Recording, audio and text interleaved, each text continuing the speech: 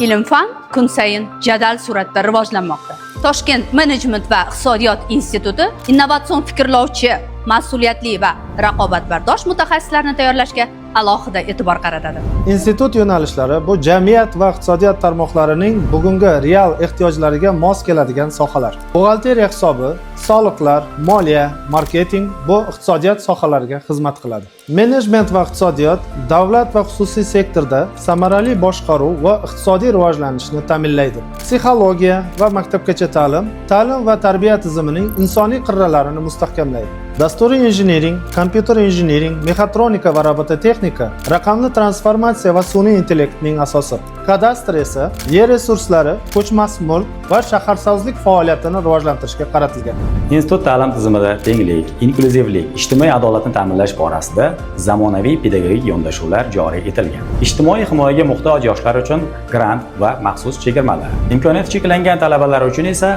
maxsus o'quv jarayonlari yo'lga qo'yilgan. Jumladan, birinchi guruh nogironligi bor talabalarga 30% gacha, ikkinchi guruh nogironligi bor talabalarga 20% gacha, temir daftar, ayollar daftari, yoshlar daftari, ijtimoiy himoya yagona reyestr ro'yxatida turgan talabalarga 20% gacha imtiyozli chegirmalar mavjud. Talabalarimiz turli xil yo'nalishlardagi ijtimoiy klublar, startap loyihalar, IT laboratoriyalar, psixologik trening markazlarida faol ishtirok etib kelmoqdalar. Bu faoliyat ularning kelajakdagi kasbiy yo'nalishlarini aniqlashga yordam berib, hozirgi kunda 2000 dan ziyod talabalarimiz doimiy ish o'rini bilan ta'minlanganlar. Institutda AQSh, Kanada, Yevropa davlatlari, Xitoy Xalq Respublikasi, Rossiya, Janubiy Sharqiy Osiyo mamlakatlarining nufuzli universitetlari bilan samarali hamkorlik aloqalari o'rnatilgan bo'lib, hamkorliklarimiz doirasida almashinuv dasturlari, qo'shma loyihalar, ilmiy-amaliy konferensiyalarda talabalarning ishtirok etishlari orqali global maydonda tajriba almashishmoqda. Shu bilan birga marketing analitikasi, IT sohalariga qiziqqan talabalarimiz uchun Xitoy Xalq Respublikasi bilan hamkorlikda